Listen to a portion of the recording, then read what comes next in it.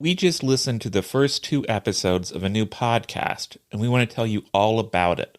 The show is called Nobody Should Believe Me, and it's a groundbreaking investigation into Munchausen by proxy.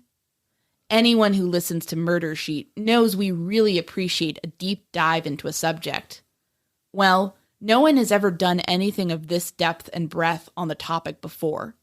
You will be enthralled by the stories it tells, but even more importantly, you will learn a great deal about how to keep kids in your community safe from harm.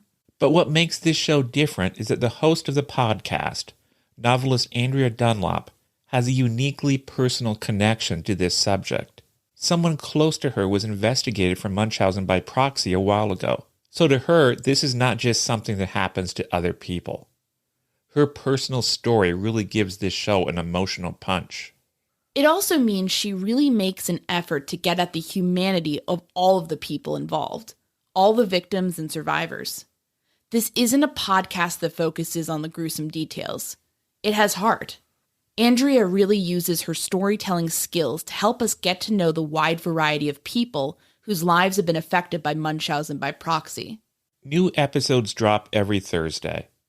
Listen and subscribe to Nobody Should Believe Me on Apple Podcasts or wherever you listen to podcasts. Content warning. This episode contains discussion of the murder of 2 children. When you talk with people who know Tony Kline, one thing that often comes up is his job. Kline has worked for years at a Chrysler plant in Kokomo, Indiana. He has a good gig. That's what everyone says. Many people have speculated about his career in the context of his income, the money he's earned and spent. Some people note the prestige of holding a desirable union job. Others talk about his family connection to his job, speculating that his father may have helped him get his foot in the door in the auto industry. A few express wonder about how he's managed to compartmentalize his life, holding down a solid job for years while behaving erratically and violently in his personal life. We've wondered about Kline's job as well. Namely, what can Tony Kline's job tell us about his possible role in the 2017 murders of Liberty German and Abigail Williams? To give a brief recap, these 2 teenage girls were murdered in 2017 after going for a walk on the trails of Delphi, Indiana. The case remains unsolved, despite the fact that Libby seemingly captured the perpetrator's image and voice on her phone. So, where does Tony Kline come into things? Well, his 28-year-old son Kevin was arrested on child sexual abuse materials charges in August of 2020. We previously published a transcript of an interview police had with Kevin. It revealed that in 2017, the Klines, father and son, lived together in Peru, Indiana. When police interviewed Kevin in 2020, they indicated that they believed that 2 individuals living in that Peru, Indiana home accessed child sexual abuse materials. In December of 2021, Indiana State Police publicly linked the Anthony Schatz social media account to the Delphi case, while reporting from Wish TV's Demi Johnson tied Kevin Kline to that account. The transcripts further revealed that Liberty German had been in touch with Anthony Schatz before her murder. To editorialize for a moment, Kevin and I both believe that it is highly significant that this internet predator was in touch with one of the victims before the murders. Most theories of the case boil down to a bad man was possibly in the area. But this theory has a bad man, or men, communicating with Libby herself. And police say she was highly interested in meeting up with Anthony Schatz. That, coupled with the fact that we understand police are focused on this father and son duo, prompts us to pay special attention to this angle of the case. We've also previously heard from Tony Kline's former stepchildren about his history of physical and emotional abuse. We've heard from sources close to the investigation that Tony Kline is currently a focus of the Delphi case. So that makes us want to know even more about this person. We've wondered, Would his schedule have permitted him to be unaccounted for on a Monday afternoon? What's he like at work? And what's going on now that Tony Kline's name has come to the forefront? Does he still clock in like usual? Fortunately, we have sources to help us get at some of those questions. Today, we'll be hearing from one of them.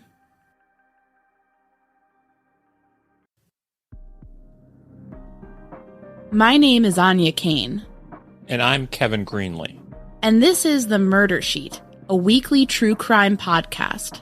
Áine and I connected over the Burger Chef murders, a 1978 unsolved case involving the killings of 4 young restaurant employees. Now we're looking to track restaurant homicides. To help us understand the patterns of these crimes, we created a spreadsheet of nearly 1,000 eatery-related killings, the Murder Sheet. We'll be drawing on that data throughout Season 1 to give you a deep dive into undercovered crimes. We don't just rely on skimming the headlines. We dive into these cases to bring you in-depth coverage. We're the Murder Sheet, and this is the Delphi murders. Tony Kline at work.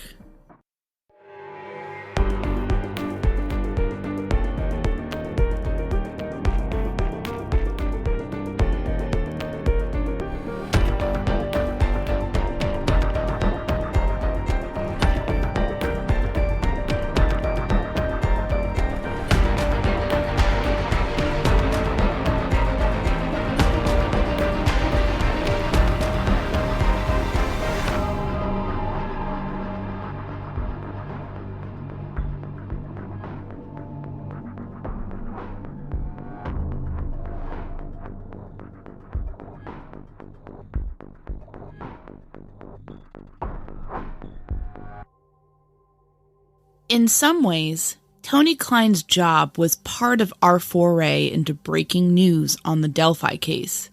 When Kevin Kline's photo first appeared on the internet, it showed a man in his late 20s. He had dark hair, a vacant expression, and a scraggly, unkempt beard. Many pointed out that he looked quite different from the male model whose photos he stole for the Anthony Shots account, which police say he used to catfish young girls on the internet. But I was mostly focused on what he was wearing. It looked like a dark t-shirt of some kind. On the left breast, in blocky white font, there was writing, and a symbol that looked like small stick figures holding hands around a circle. In the center of that circle were 3 letters, UAW. Above the circle was a single word and numbers, Local 685. UAW refers to United Auto Workers, also known as the International Union, United Automobile, Aerospace, and Agricultural Implement Workers of America. It is a prominent union in the United States. It currently boasts 400,000 active members and contracts with about 1,600 employers. In labor speak, a local is just shorthand for your local union, which typically has a charter from a larger national or international union. So UAW Local 685 is the local union for Kokomo, Indiana. Right away, we realized that either Kevin Kline could be part of that union, or that he might be close to someone who was. We also acknowledged that perhaps he'd just picked up a random t-shirt at a thrift store, but that somehow seemed less likely. We figured that most people would want to hang on to their union merch. Later on, we found out that Kevin had likely gotten the shirt through his father, Tony Kline, a longtime UAW member. That was all part of our realization that we could apply journalistic fundamentals. We could look for interesting details and then dig until we got new information. So that's when we started looking around for more details on Tony Kline's job. Before we delve into Tony Kline's work, let's get just a bit of business background squared away first. Stellantis is the name of the multinational corporation that now owns Chrysler. They operate 17 plants in the United States, as well as 3 in Canada and 7 in Mexico. But only a handful of those plants concern us today. As it turns out, Kokomo, Indiana is a hub for Stellantis. The company operates 4 plants in this city, the county seat of Howard County, as well as one about 30 minutes away in Tipton. On the Stellantis website, the 4 Kokomo plants are called as follows: the Indiana Transmission Plant, the Kokomo Casting Plant, the Kokomo Engine Plant, and the Kokomo Transmission Plant. Altogether, if my math is right, they employ around 6,200 workers, according to the Stellantis website. As we understand it, Tony Kline worked at the Kokomo Transmission Plant in 2017, then at some point transferred to the Indiana Transmission Plant. But he seems to currently be on some sort of leave. We have a lot of sources around Kokomo and Peru, Indiana, who've told us that Tony Kline has not been to work for quite a while. They talk about Kline undergoing some sort of surgery on his foot. There have even been some rumors that he's not employed anymore. We wanted to get the official word either way. When we reached out to Stellantis to ask whether or not Kline is still employed, they declined to comment, citing privacy reasons. They did inquire why an outlet called the MurderSheet was asking around. This is the email we sent their representative in response. Hi. Certainly. We're a true crime podcast. We've been covering the double homicide of teenagers Liberty German and Abigail Williams, which occurred in 2017 in Delphi, Indiana. In December, police linked a 28-year-old Indiana man named Kevin Greenlee to the crime. Kevin Greenlee is currently in jail, awaiting a trial over child sexual abuse materials that police uncovered through the Delphi investigation. We understand that Kevin's father, Tony Kline, is a long-standing Kokomo transmission employee.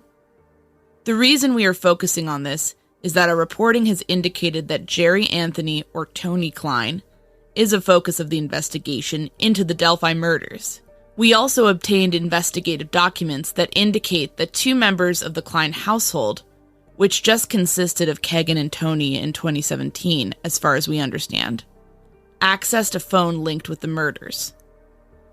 I am currently working on an episode focusing on the topic of Tony's job at Kokomo Transmission, namely, that he's been absent from work for quite some time, that he held a good, well-paid job that he'd be unlikely to leave for trivial reasons, and information about his schedule and shift. We totally understand that you can't go against company policy, but on the off chance you're able to indicate no, he definitely is not employed here anymore, on deep background, we'd be very much happy to include that information in the episode we're working on.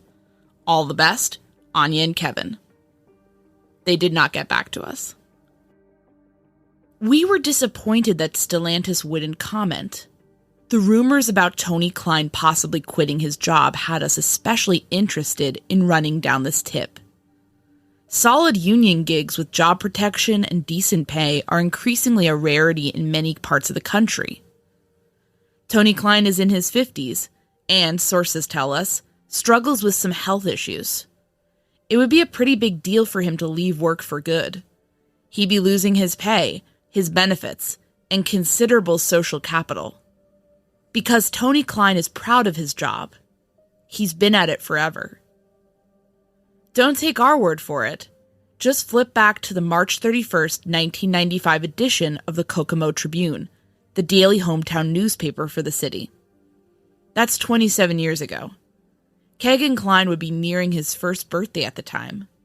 At that point, the Chrysler workers in Kokomo were in the middle of a walkout over health and safety concerns.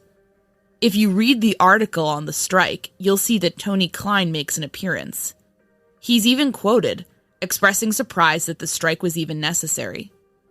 I really thought they'd wait until the last minute before going for a settlement, Kline told the Tribune's staff writer, Dave Phillips. Kline is listed in this piece as a forklift driver. But fortunately, by dint of Kline's links to the union, we were able to bypass the no comment from Stellantis. We do know for a fact, though, that Tony Kline is still listed as a union member as of last week.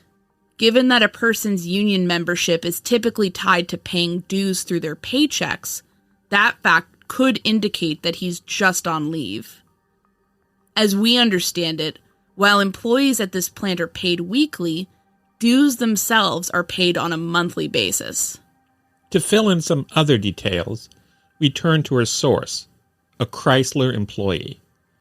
This source did not want her name to be used for fear of retaliation from her employer, so we agreed to keep her anonymous. We'll just call her Haley, which of course is not her real name.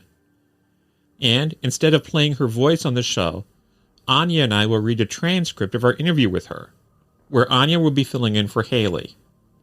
Our interview has been lightly edited for clarity.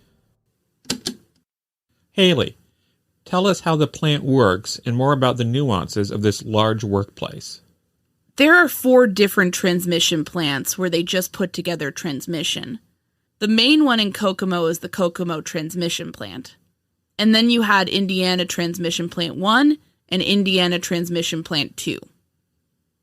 The transmission plants have a different union than the casting plant, but the casting plant and KTP, or the Kokomo Transmission Plant, are one building, if that makes sense.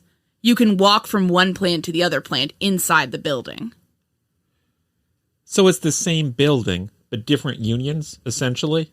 Different unions and different jobs. Is the United Auto Workers one of the unions? UAW is the only union. We're just different locals. And the local for the transmission plant is 685, which is the shirt Kegan was wearing when he was arrested. When I saw that, I literally called the local office. They were really nice, but they wouldn't tell me anything. And I don't blame them because that information is private. I get that. This is probably a dumb question, but I'm not a car person at all. Is transmission a term used to describe putting cars together, essentially? No. That's part of your drivetrain. That's part of your steering, your gear shifting. Very important stuff. Absolutely, yes. And you said that Tony Kline worked at one of those plants? At the time of the murders, he did work at the Kokomo Transmission Plant, the original one in town. And then somewhere after that, he transferred down to the Indiana Transmission Plant after the murders. Also, is it relatively common for people to switch around between different plants? People in the same local can transfer plants if there's a position open in another plant. So Tony wouldn't be able to transfer to the casting plant without losing all his seniority, all his 27 years. But he can transfer to one of the different transmission plants and keep his time. So, just to clarify, the way that Tony did it, did he lose his seniority or did he keep it? He kept his seniority. And with the seniority he had at the time, it had to have been his choice to move.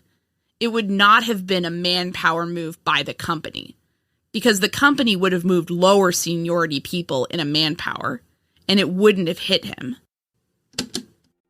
Áine and I were curious about this switch, so we turned to Google Maps. The drive between Tony Kline's residence and the Kokomo transmission plant is about 30 minutes. Transferring to the Indiana transmission plant actually seems to have shaved a little under 10 minutes off of his daily commute. So, while the timing of the change could be notable, it also could have occurred simply for the purpose of a more convenient commute. But Haley was not finished with her recollections about 2017.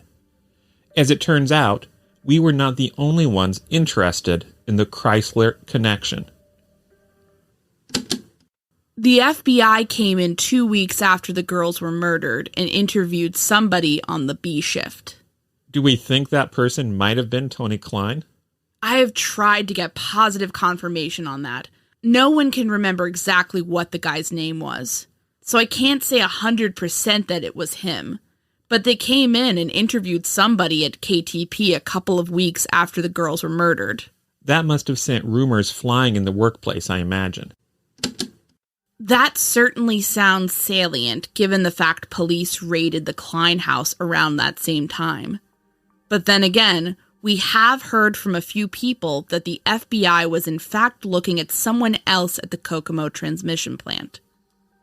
We then spoke a bit about speculation regarding the attire worn by Bridge Guy, the man caught on Libby's phone approaching the girls. The image of Bridge Guy is pixelated and hard to make out. As a general rule, we encourage listeners to carefully study the picture. But also, please keep in mind that it's possible to see what you want to see, and so you should remain skeptical about anyone claiming to see something that very well could just be a blurred pixel. Somebody was trying to figure out the blue jacket, saying it was a Chrysler jacket. It is not. Chrysler does not give us any apparel. Everything that we get that we wear comes from our union. It'll have the UAW logo on the breast and what plant we work at on the other one, so it won't just say Chrysler. Somebody found a Chrysler jacket on Poshmark that had the word Chrysler on it, and they were thinking that was issued by Chrysler. That is not. We have no dress requirements. We wear street clothes.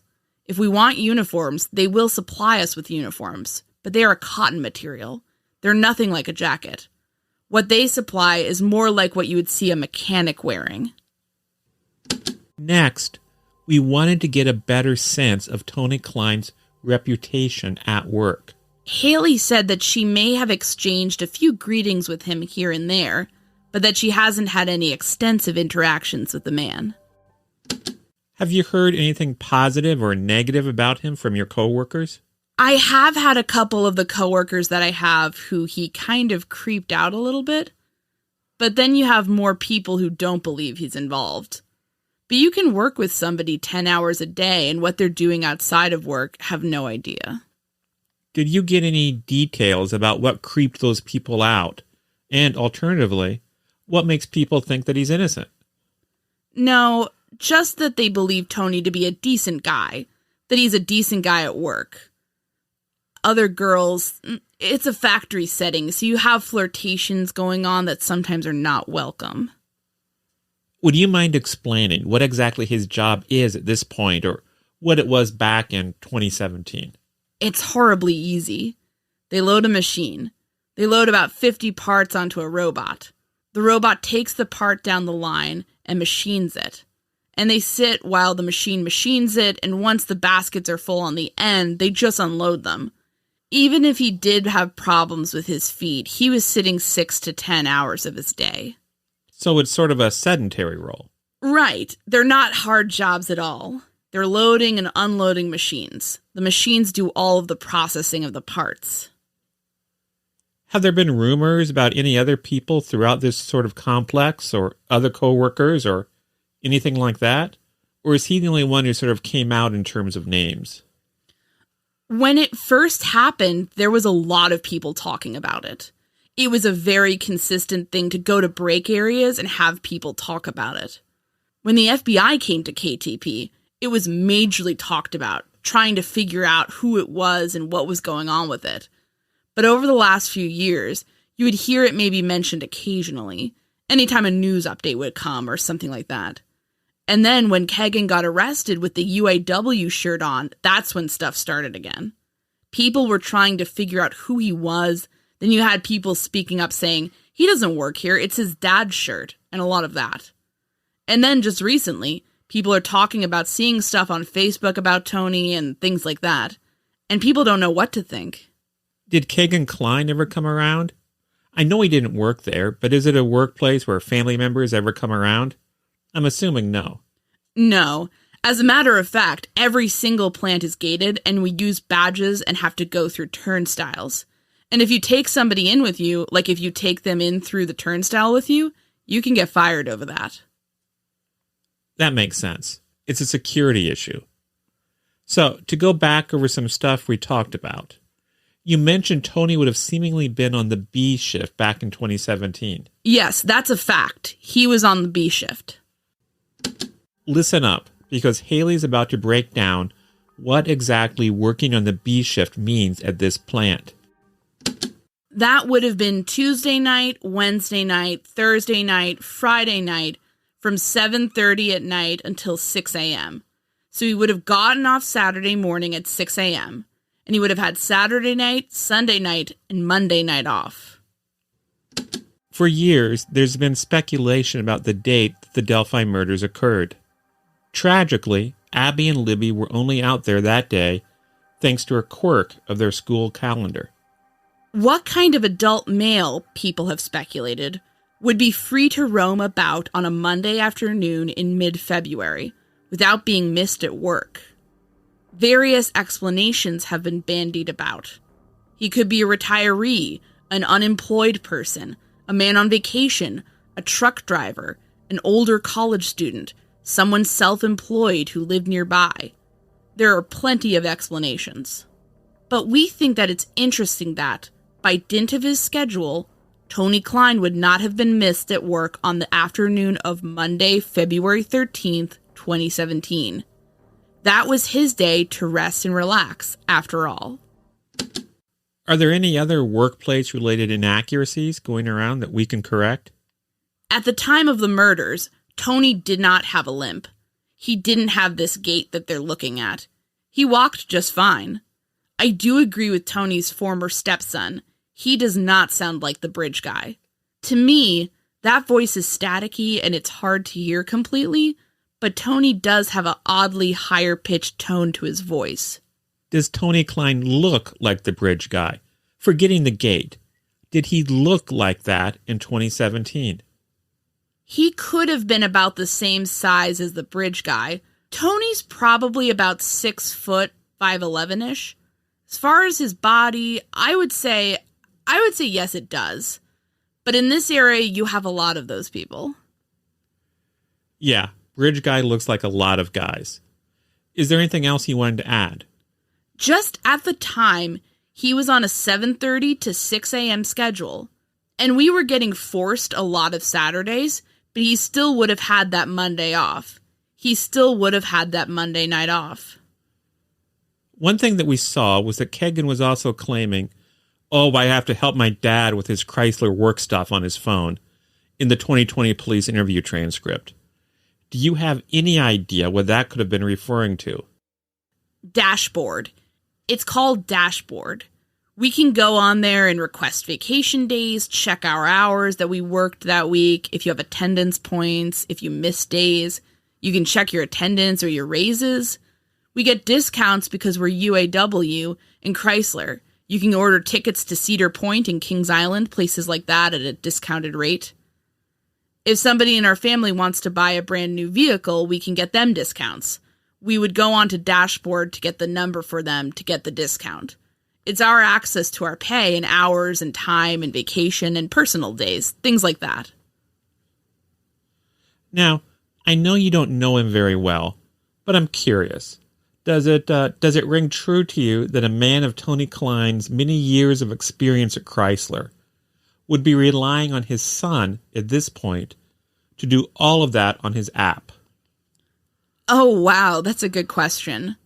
I guess it would depend on what device he's using. A lot of the older generation at Chrysler are not good with cell phones. Dashboard itself can be tedious. So, I don't know. I would find that odd. Now, Chrysler did change their dashboard getup probably about 3 years ago, and I still have trouble navigating through it. So Kegan could be speaking about more recently than back when the girls were killed. It goes to Google Docs now. They changed the system, so most of it went into Google. And it was, I'm going to be honest with you, it became right down dumb. The different places we had to find stuff. I don't want to sound snarky, but Google Docs? It is so dumb.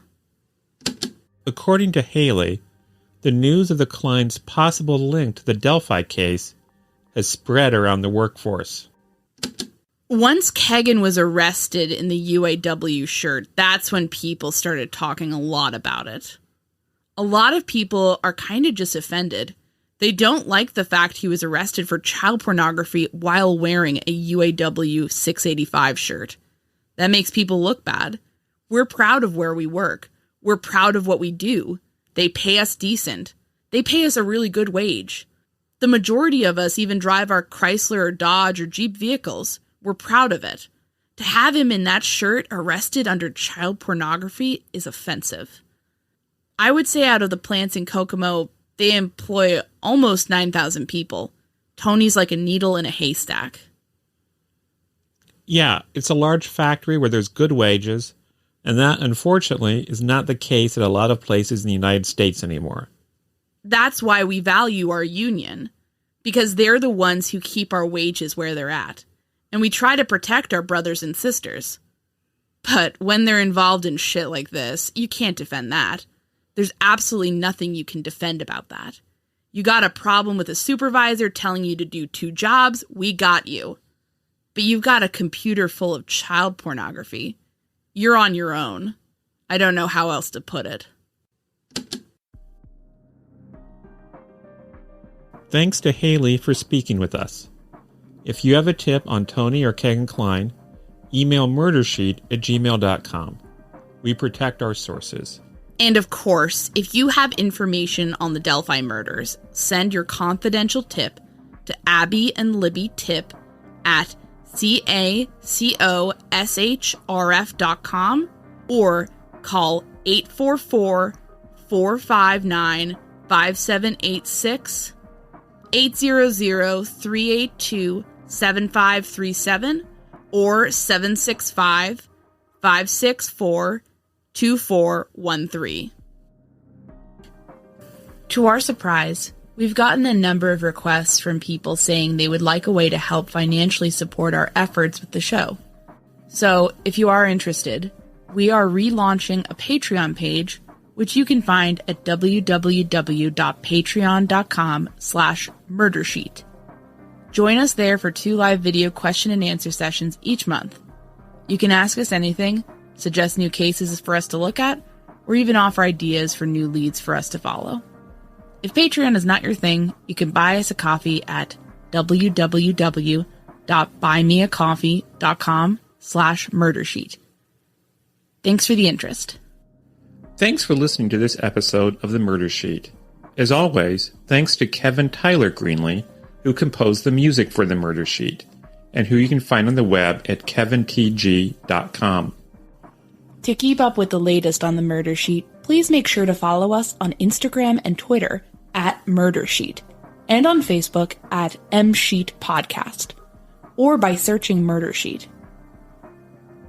If you enjoy listening to The Murder Sheet, please leave us a 5-star review to help us gain more exposure. And send tips, suggestions, and feedback to murdersheet@gmail.com. Thanks so much for listening.